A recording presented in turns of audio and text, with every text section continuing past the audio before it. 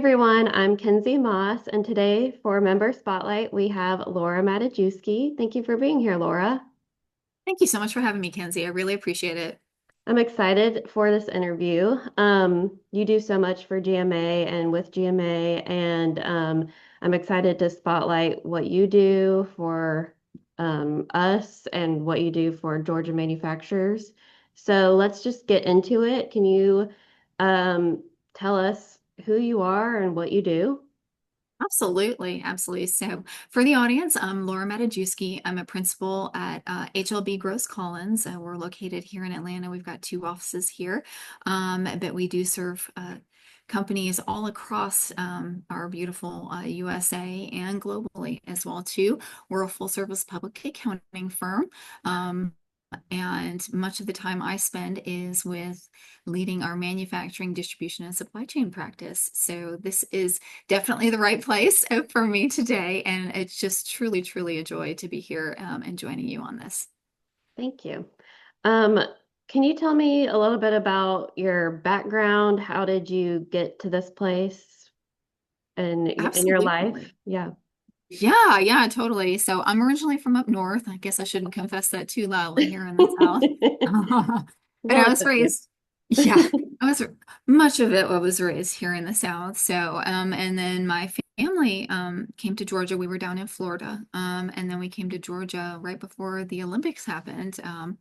And just absolutely fell in love with Georgia and everything here, and went to school here, got my undergrad and my MBA at Kennesaw State. Go Owls!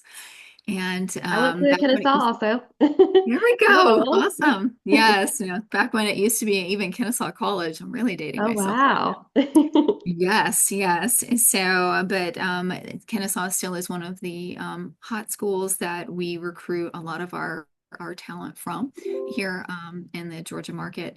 And I fell in love with the accounting world because I started off as a biology major of all things, and realized, what am I doing here? Like there was something in class and somebody questioned me and I said, wait a minute. I remember I was really good with the numbers. I was really intrigued by the whole concept of being in the accounting in the business world and helping businesses. So I jumped ship and went over to accounting. And then out of college, I joined a small firm here in Atlanta, was there for about almost 15 years, and then determined that I needed a change. I wanted to find an environment that I could continue to grow in, and was very fortunate to join HLB Gross Collins, and shortly after became the leader of their manufacturing and distribution practice. And I rebranded it Manufacturing, Distribution, and Supply Chain, because really we think about what happens and how products are created, it's really all hand in hand there. It's not no one without the other. If you're going to create a product, who's going to package it for you, who's going to ship it out to you, who's going to ship you the product in, etc. So it's really that holistic kind of manufacturing supply chain cycle that I really focus on. Yeah. Um, in very layman terms, for a person like me who's new to this world, um, this industry, can you tell me how what you do at HLB Gross Collins relates to manufacturing? How do those coincide? Absolutely. So what we do is we do a whole lot of listening, and we're on site, we're in person. We feel that's the best way for us to be engaged with our clients and when we're talking to new opportunities. And what we do is we hear what they're trying to do. Every business wants to be as successful as they can possibly be, right? But how they go about that, what's their secret sauce? What are the things, or kind of like the parameters they should consider of the do's and don'ts? And where are the opportunities? And that's our job. We're there to listen, understand what all the hard work they've done thus far. They've built this beautiful baby of theirs, and how do we help them make that be as successful as possible? So bringing forth tax strategy, talking about efficiencies in operations, looking at metrics and helping them to understand all of the data and information they have and how they can best use that. A lot of that goes into like the AI trend right now that we know is going to continue to be a very prevalent part of the industry. And we just focus on being partners with them throughout that journey. It's not that we have, say, you think of like a tax return, that's a very commoditized thing, or an audit report. Sure, everybody can do that. What helps us be different and set ourselves apart for our clients and in the market is we feel the value that we bring from the expertise, the insights, and keeping that personal touch point throughout the year is really critical. It's never just a one-off for us. We are building a long-term relationship together. We do focus on making sure that we keep our independence. So many times my clients will say, "Tell me what I should do." And I'll tell them, here's the things you should consider and the options that you want to take into account. And here's all of the good things you can do. Here's some of the stuff that you may have to work through. But at the end of the day, it's your business. We want you to make the most informed decision. And the only way for you to do that is to be engaged with your accountant, have them be a partner alongside you, be proactive, listening, and I can't think of anything more important than making sure that you can feel comfortable with the choices you're making, knowing that you've got the information at hand to make that very best decision possible. Definitely. I was about to say that. I doing these interviews and each different group of people that I've interviewed, I see the huge importance of having someone you can trust, and it not to toot our own horn over at GMA, but it's made more sense to me throughout these interviews of why networking and finding people you can trust is so important, because this, like you said, that is their baby. They've worked so hard to build this business from nothing, or make this business what it is, and you need to have people that you can trust that want you to reach your goals. And beyond that, you need to understand what's going on in your business, because people with a business mind may be able to build a business, but may have no idea what the accounting side to it, or the patent side to it, or something like that. So it's so important to have someone like you to explain these things and be there to explain and help where it's needed, because accounting's a confusing thing for me, at least. I feel like I'm not the only Yeah. one on that boat though. Well, people always say we must be really good at math. I'm like, no, we have Excel, honestly. We have Excel, we have a calculator, what have you. We're not trying to do complex quadratic equations, but we use the tools and resources we have available to us. And as you said, excellent point. That's why we've been so passionate and so committed to GMA, is because that trust piece is that piece that like comes like I'd like to say automatically. I know for many it takes time, but there's a certain level when you are in a particular profession or a role that there's an automatic sort of kind of click in assumption there. But we have to continue to work to prove that. And part of that is being out there in the community, hearing what's going on, being boots on the ground, understanding from other leaders what their successes are, where they've stumbled, and keeping a pulse point on the market. It's constantly evolving and changing. And if we don't keep ourselves ahead of the pack and put ourselves out there to be a part of organizations like GMA and other industry professions, groups that help us be better from that aspect as well too, then yes, we kind of sit there with blinders on and you're just focused in that moment in that scenario. But the businesses you're working with expect you to know all of these different things. And they Mhm. also come to us and want and know that, okay, there's things that we do and we do really well. And there's always going to be things that we don't do. And that's okay. But there's an expectation that we know those people. I need Yeah. to know this person that can do this particular part here, or I need to know 3 or 4 customs brokers.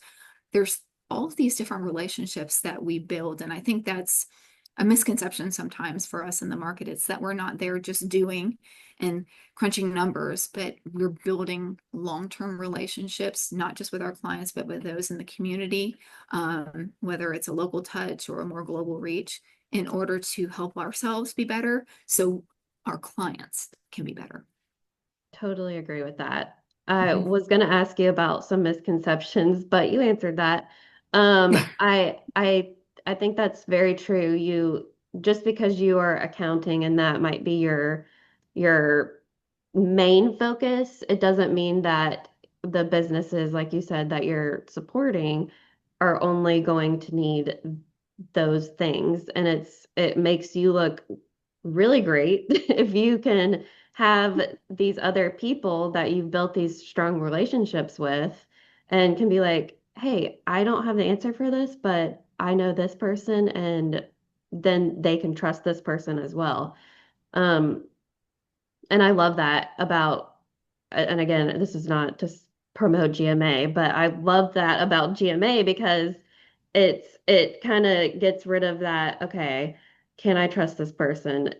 And you can go into a networking event and be like, okay, they were vetted. They wouldn't be here if they didn't go through Jason's little list of uh,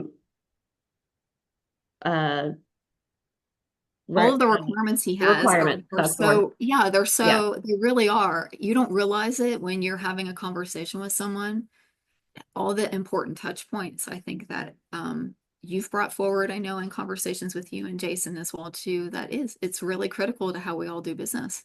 Yeah. Yeah. It's so important. We just want everyone to succeed. So we talked about kind of why you focused on Georgia. Would you say it's because you love the state of Georgia or because you're in Georgia? Is that, why do you think Georgia manufacturing was was where you landed? Sure, absolutely.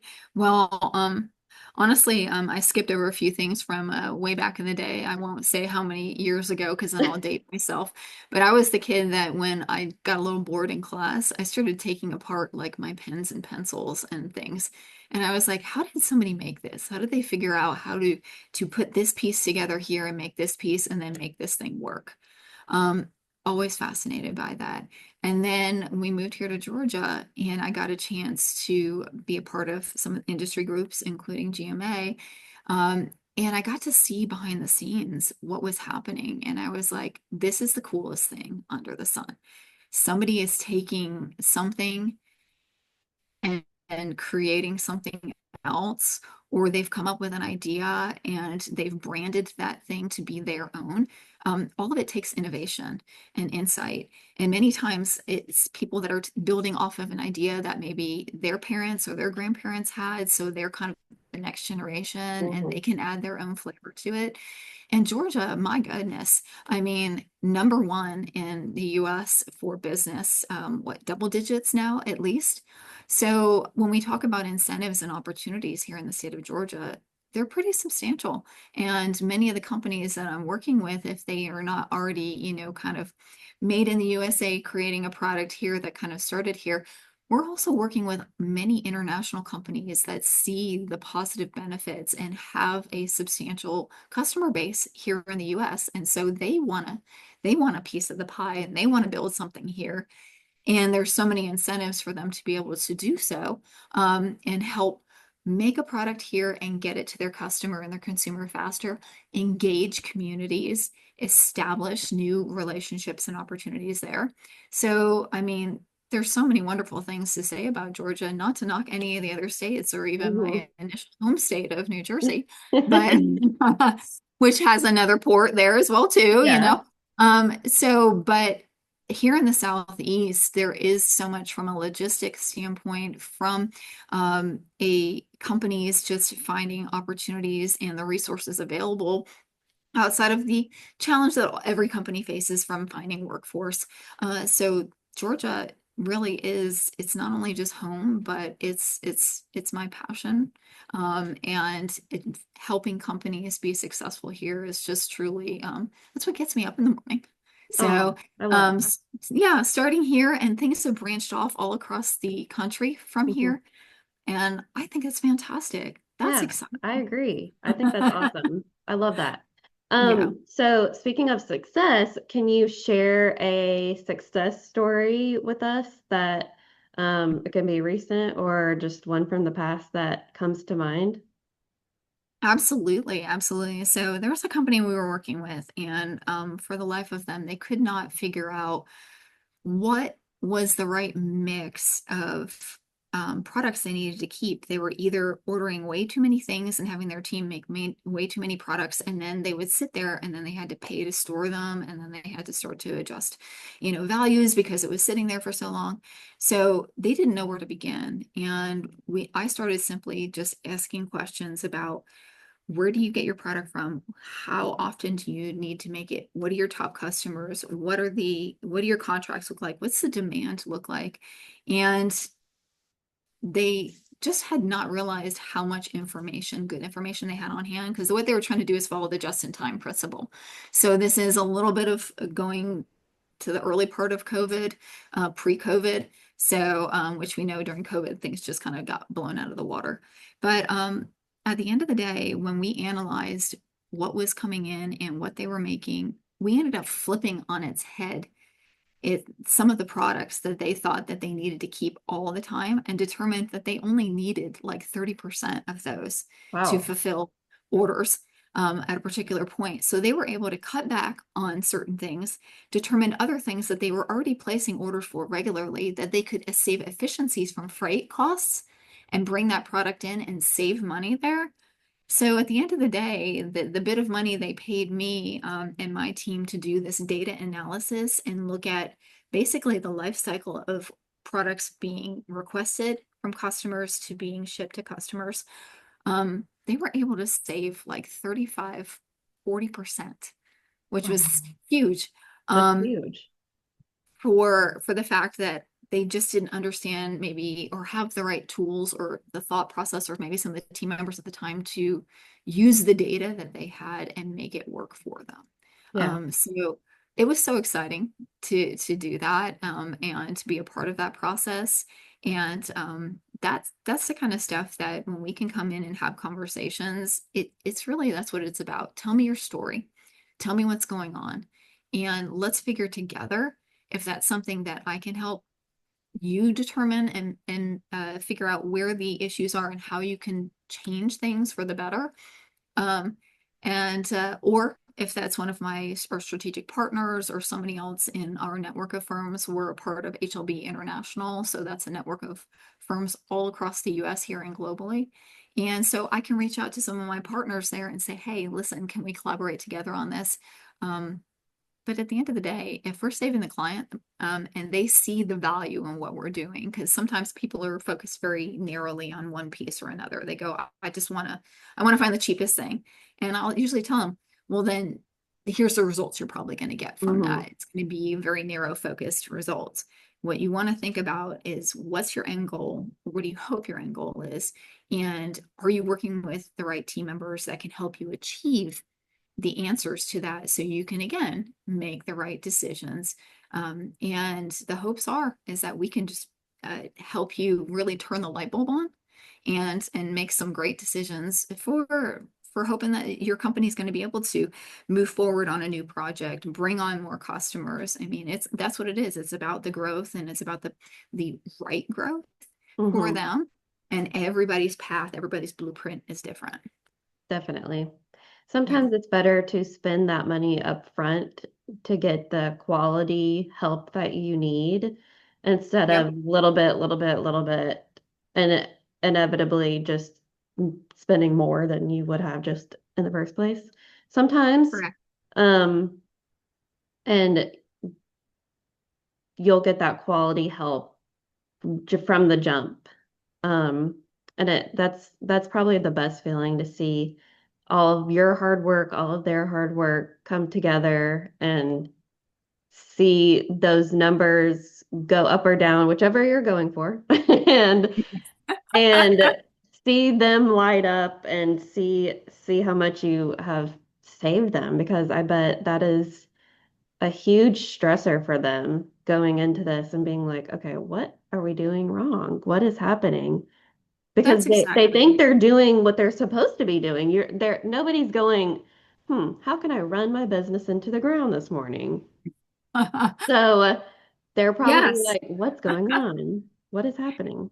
Well, that's exactly it. Because at the end of the day, our goal is that you can keep more of that money in your pocket so that you can reinvest it the way you want to. And so, yeah. And if you do stuff and you certain things that can do stuff like get you tax credits on that and get you even more money back, then again, that's all very lucrative and it allows you to keep that money and reinvest and make your baby whatever it is you want it to be. If you want to hire 3 more people, if you want to bring on 10 more customers, whatever it might be, the opportunity for you to be able to reinvest in you and your business, that's huge. And that's what I think anybody would hope to be able to do.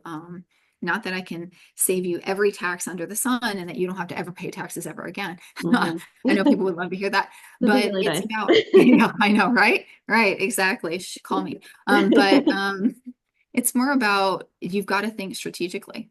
And you can't sit back on your laurels because as soon as you start to become complacent, Hmm. then that's when things can start happening and you don't realize it. So be proactive. It doesn't mean you have to be on fire all the time, but Hmm. be thinking about what you're doing and how you're doing it and partner together with those providers you work with to see where there can be opportunities to make things better. Definitely. So you mentioned earlier AI and the trends and stuff. Um, is AI the biggest trend you see happening right now, or do you see something different sparking right now? Because when I ask that question, AI is usually what comes up, but I wanted to see if you had something else that you're seeing right now, or is AI just blowing everything else out of the water? Well, it definitely is out there. And I mean, when we talk about, manufacturers taking it on, a lot of it is from a strategic planning standpoint. They're having it run kind of sandbox scenarios to determine if they make a decision here, if they change things there, what is that going to do? And all it is it's you're feeding data in and it's running scenarios for you. So it's taking a lot of pressure off. So every company's trying to figure out how to make that work for them. We're using that for efficiencies and opportunities to enhance many different aspects, all with, of course, full parameters of client protection, et cetera. But beyond I mean, we've got a very interesting time right now where it's been, I guess, chaos has kind of been my buzzword this year because there's a lot going on with tariffs. Some people Hmm. that don't fully understand the concept still don't realize how it impacts everybody at different levels. So what can we do? We can't stop it. We don't know exactly where it's going to land. We hope it settles soon. We keep hearing more things in the news from that standpoint. But what are we doing to advise our clients and companies? I'm telling them that you need to go to every one of the partners that you have along your supply chain, from your vendors to your customs brokers to your logistics people, all the people working with your people in the warehouse, working with people like us, tear apart all of that in the sense of understanding who you're working with and what are they doing for you and what is plan A, B, C, and D, so to speak, right? If something goes wrong, what's the next option that you're going to be looking at? Are the vendors you're working with that may provide very substantial materials for you to make your product? Do you have contingency players in there? And how quickly can they step in if your top tier player has an issue? Um, is your customs broker looking at what your product is and where it's coming from and understanding country of origin and how things are being brought in, and is there opportunities to adjust the way it's being handled from an invoicing standpoint on the other end of the line to help you mitigate certain costs, or using facilities like bonded warehouses and foreign trade zones to help either maybe defer tariff costs and customs costs, or maybe mitigate them all together, depending how you could do that. But all of those partners there, you would not be successful without them in some form or fashion. So when you talk about, oh my gosh, what's going on? How can I stop all this? Don't let that put you in a paralyzing fear. Stop and go, let me talk to all of the players that I'm working with and make sure that I know what they're doing for me. Because sometimes you might have had somebody that's doing something for a really long time, and maybe Hmm. that just isn't quite what you needed anymore. And one of the other players could. Not that I'm trying to put anybody out of business, but understanding and enlightenment and action plans. Those are the critical pieces there, knowing where you have flexibility, what could be done different, because nothing changes overnight. Some of these things can take a substantial amount of time. And a lot of what we're seeing right now in the market is a lot of try to push to bring things back here to the US. And that's great. But we still have things that are from 4, 5, 6, 7+ years ago that are only just now coming online because you can't build a plant overnight. Mhm. But if you have a desire, then here's the steps you need to take. So that's what we're really advising companies right now. We feel that that's an important trend to be doing is understand your supply chain, understand your partners, know that if your best buddy down the block that's helped you out for years and can help make this product over here, God forbid if something happened to him, do you have someone else to fall back on? Otherwise, this may impact your top 5 customers. And if you can't deliver to them timely, Mhm. then they can't deliver, so on and so forth. So they may decide to go elsewhere because at the end of the day, they've got people they have to pay, customers they have to satisfy. So as much as there is certain loyalties, and I'm not disputing that whatsoever, but you want to arm yourself with information and re-solidify the foundation of all those people that help you be successful and make sure that you understand what they're doing for you and where there can be opportunities. And if they're engaged with you and keeping the pulse points, like I talked about earlier, they should be able to say, here's the things I do best for you, and here's all of the things that we can be doing and thinking about now. And then if they don't know that person, then the next one down the line should hopefully. And that's the part that we feel is so important right now. Take the time to educate yourself and make sure your team is not just focusing just narrowly on one particular thing, but make sure that they understand the players that are working with them and how you can continue to be cohesive and understand where each of you can help support each other if Yes, certain scenarios or situations happen. absolutely. I think that's very important. Mhm. Um, so you have an educational session that you're doing Mhm. December 3rd. Will you be discussing some of that during Yes, that? So if absolutely. I didn't someone want to give is, away the whole farm, but yeah, of yeah, course. Yeah, if yeah. someone is interested in that and needs some more information on it, Mhm. then that would be a great educational, that's our quarterly educational session. So a great opportunity. So it'll be you, Russ Dunlap, And yes, and Adam Bowling. and Adam Bowling. Yep. Perfect. December Yep. 3rd. Exactly. And I'll be talking us in a deeper dive on some of the things I just mentioned in our discussion. Also talking about some of the pieces that we've been hearing a lot about from the new tax reform, the one big beautiful bill, things to be thinking about as you're wrapping up the year for planning, and also just talking about the industry. What are we seeing? Where's the industry been this year, and what are we projecting to see going into 2026 as well too? So some industry insights as well too. So we've got a lot to cover in a short Mhm. amount of time, but really excited to also hear what Adam and Russ have to share from their backgrounds and expertise as well too. So we're the trifecta Yeah, that we're so excited for this event and so yeah. looking forward to everybody that's able to join us. Those are three strong people in one educational session. So I'm very excited for that. I don't think you could leave the room without learning more than 10 things. I would think it's, yeah, for sure not. And we'll definitely have plenty of caffeine and Yeah, delicious bites and stuff as well too to keep you going. which is even better. Yes. So beyond coming to networking luncheon where you host at HLB Gross Collins, how can someone get in contact with you? What is the easiest way to contact you besides that event?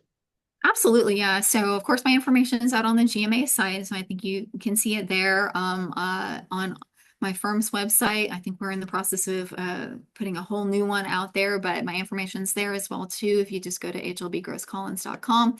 Also, please look me up on LinkedIn. Always happy to make a connection there as well too. I'm pretty active on LinkedIn and know the importance of that as well too. Mhm.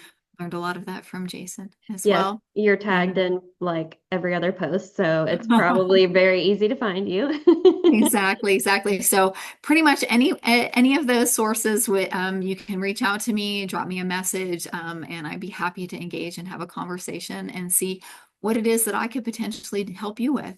It's Yeah, about paying it forward, and I'm here to help everybody in the best way I possibly can. And I will be the first to let you know if that's definitely not my space, but I know somebody that does. I have a guy. I have a guy. That's our Yep. line. I have a Yeah. guy. Yeah, you are awesome, Laura, and it's such a privilege to get to work with you through GMA and have you as a friend outside of that. And we appreciate you, everything you've done for us, and I highly recommend you to anybody. You're very knowledgeable. Based off of this conversation, it's very clear that you know what you're talking about and you have a lot of knowledge in this area and beyond. So, thank you for doing this interview with me. And that's a wrap on our maker our member spotlight. Thank you, Kenzie. It's been an absolute pleasure. Truly appreciate the opportunity. Okay, bye.